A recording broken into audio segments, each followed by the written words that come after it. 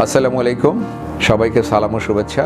প্রতি বছর 16ই October world spine day পালন করা হয়, অর্থাৎ বিশ্ব মেরুদণ্ড দিবস। এবারের বিশ্ব মেরুদণ্ড দিবসের প্রতিপাদ্য বিষয় হচ্ছে আপনার মেরুদণ্ডে বিনিয়োগ করুন। তার মানে হচ্ছে সঠিক নিয়মকানুন মেনে চলে আপনার মেরুদণ্ডের সুরক্ষার জন্য প্রয়োজনীয় কার্যক্রম গ্রহণ করুক। প্রয়োজনীয় ব্যায়াম বা হাঁটার মাধ্যমে মেরুদণ্ডকে মজবুত রাখুন, সুরক্ষা করুন এবং এই জন্য যতটুকু স্বাস্থ্য শিক্ষা আপনার প্রয়োজন সেগুলি গ্রহণ করে মেরুদণ্ডকে শক্ত রাখুন, সুরক্ষা করুন। যদি কোনো রোগ হয় অবশ্যই তার জন্য সঠিক চিকিৎসকের পরামর্শ নিয়ে চিকিৎসা করুন। কোন সময় আপনাদেরকে চিকিৎসকের পরামর্শ দিতে হবে, আমরা বলি আমাদের ভাষা বলি রেড ফ্ল্যাগ সাইন। যদি এমন ব্যথা হয়, হঠাৎ করে ব্যথা বেড়ে গেল বা আঘাতের পরে আপনার ব্যথাটা হচ্ছে, ধরে নিতে হবে কোনো ক্ষতি হয়েছে।